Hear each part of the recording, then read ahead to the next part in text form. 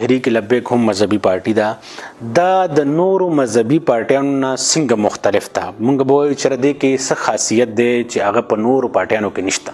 د هر چا په خپل ځای باندې خدمات دي، که مذهبي سیاسي دي او که نه سیاسي غیر مذهبي دي. په دې وطن کې به په خپله طریقه باندې هر څوک سیاست کوي. صحیح. نو اوس که زه دا خبرې کوم نو کیدای شي څه ډېره مناسب نه ده، خو دومره ویلی شمه چې الحمدلله یو عام انسان، یو خاص انسان، یو صاحب الرای انسان که زمونږ د 15 کاله ته وګوري چې زمونږ د دې پارټۍ وشو او بیا نورو پارټو ته وګوري چې څوک په مذهبي بنیاد باندې سیاست کوي. زمونږ اصل کې نقطه هم دا ده چې سیاست په کار په مذهب په بنیاد باندې دی. څنګه چې اقبال فرمایي جلال بادشاہی ہو یا جمهوری تماشا ہو جدا ہو دی سیاست سے تو رہ جاتی ہے چنگیزی. که زه ووایم خلک به وایي چې دا خو د ځان دپاره وایي، که نه مولیان دې په دې نوم سیاست کوي، خو اخو مصور پاکستان دی. علامه اقبال فرمایي چې د کوم سیاست نه مذهب جدا شو هغه چنګیزي ده، هغه ظلم دی. او هغه ظلم تاسو نن ګورئ چې ستا مشر چې دی هغه په 1500 کاناله کور کې اودی او ستا د ملک 10% چې دی نو هغه د فوټپاتو لاندې اودی، نو دا چنګیزي ده، دا ظلم دی. دا ولې ظلم دی؟ ځکه چې دی نه مذهب جدا شوی دی.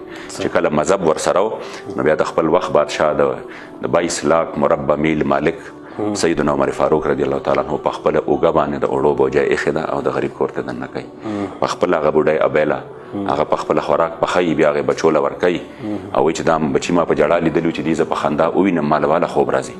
چې کله مذهب او سیاست سره یو ځای و نو بیا فرمایي چې د دریای نیل په غاړه باندې که سپیم نهر مړ شي نو الله به ما نه تپوس کوي. او چې داسې وي تاسو وینئ خلک خودکشي کوي د لوږې د لاسه. صحیح دی جی. یو سړی دی چې هغه د عدنان پارټي هم پرېښوله چې ما له ټیکټ ورنکو، بل سړی دی چې هغه د بل پارټي هم پرېښه چې ټیکټ یې ورنکو، یا بل سړی د پارټۍ نه خفه شو. آیا تحریک لبیک هغه سړی څنګه اکسپټ کوي؟ مونږ جی بعضې علاقې داسې دي چونکې بعضې د صوبه کې ګراوند ریالټي باندې خبرې کوو، هسې اوچتې اوچتې خبرې کول او دغه کول بیا به سامعین هم وایي. ځینې علاقې داسې وي چې په هغې کې مونږ صرف بطور دا چې یاره دا زمونږ دا نشان خلک وپېژني او خلکو ته یو پته ولګي یاره لبیک یو پارټي ده. زموږ ځینې حلقې داسې دي، ځینې حلقې داسې دي چې په هغې باندې دې وخت الحمدلله موږ پوره پاور کې یو.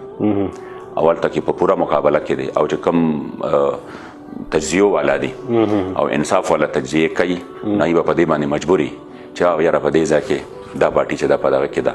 ځینې خلک داسې وي چې هغې مونږ وګورو او اندازه یې واخلو چې یاره دا سړی چې دی نو دې آینده دپاره موږ سره چلېدل غواړي نو موسټ ویلکم ورته ووایو.